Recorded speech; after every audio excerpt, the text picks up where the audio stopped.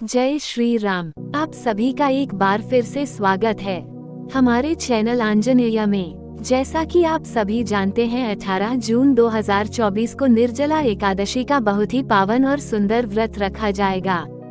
एकादशी का व्रत विशेष तौर पर नारायण भगवान को बहुत प्रिय है और जो जीव एकादशी का व्रत करता है सहज में ही वह भवसागर से पार हो जाता है। इतना प्रिय है भगवान नारायण को यह एकादशी का व्रत। ज्येष्ठ मास की शुक्ल पक्ष की जो एकादशी है उसे निर्जला एकादशी कहते हैं। निर्जला एकादशी का सबसे बड़ा फल यह है कि जो व्यक्ति 12 महीना की 24 एकादशी नहीं रख सकते वह निर्जला एकादशी का व्रत कर सकते हैं। निर्जला यानी जल के बिना। बहुत से लोगों का यह प्रश्न होता है कि इसमें क्या हम जल पी सकते हैं?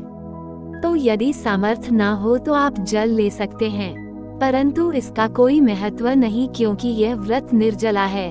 तो यदि पूरा दिन बिना पानी की व्रत किया जाए तो इसका कोटि गुना फल आपको प्राप्त होता है। उपवास के कठोर नियमों के कारण सभी एकादशी व्रतों में निर्जला एकादशी व्रत सबसे कठिन होता है।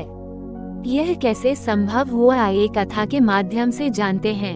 निर्जला एकादशी से संबंधित पौराणिक कथा के कारण इसे पांडव एकादशी और भीमसेन एकादशी या भीम एकादशी के नाम से भी जाना जाता है। पांडवों में दूसरा भाई भीमसेन खाने पीने का अत्यधिक शौकीन था और अपनी भूख को नियंत्रित करने में सक्षम नहीं था, इसी कारण वह एकादशी व्रत को नहीं कर पाता था। भीम के अलावा बाकी पांडव भाई और द्रौपदी साल की सभी एकादशी व्रतों को पूरी श्रद्धा भक्ति से किया करते थे। भीमसेन अपनी इस लाचारी और कमजोरी को लेकर परेशान था।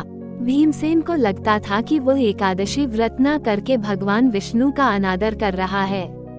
इस दुविधा से उभरने के लिए भीमसेन महर्षि वेदव्यास के पास गया। तब महर्षि वेदव्यास ने भीमसेन को साल में एक बार निर्जला एकादशी व्रत को करने की सलाह दी और कहा कि निर्जला एकादशी साल की 24 एकादशियों के तुल्य है। इसी पौराणिक कथा के बाद निर्जला एकादशी भीमसेन एकादशी और पांडव एकादशी के नाम से प्रसिद्ध हो गई। आइए अब जानते हैं निर्जला एकादशी का शुभ मुहूर्त। जेठ मास शुक्ल पक्ष 2024। एकादशी तिथि प्रारंभ 17 जून सोमवार सुबह 4:44 से।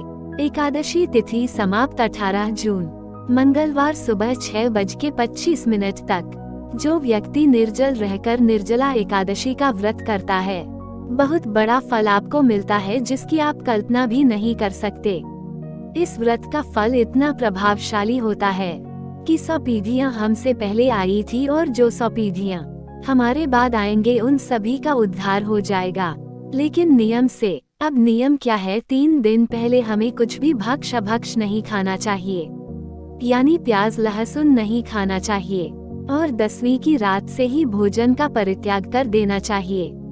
सूर्योदय से पूर्व स्नान आदि से निर्मित हो जाए और उसे समय हाथ में गंगाजल लेकर अपने नाम आदि गोत्र बोलकर संकल्प लेना चाहिए और भगवान विष्णु से प्रार्थना करनी चाहिए कि मैं इस व्रत का पूरी तरह से पालन करूंगा।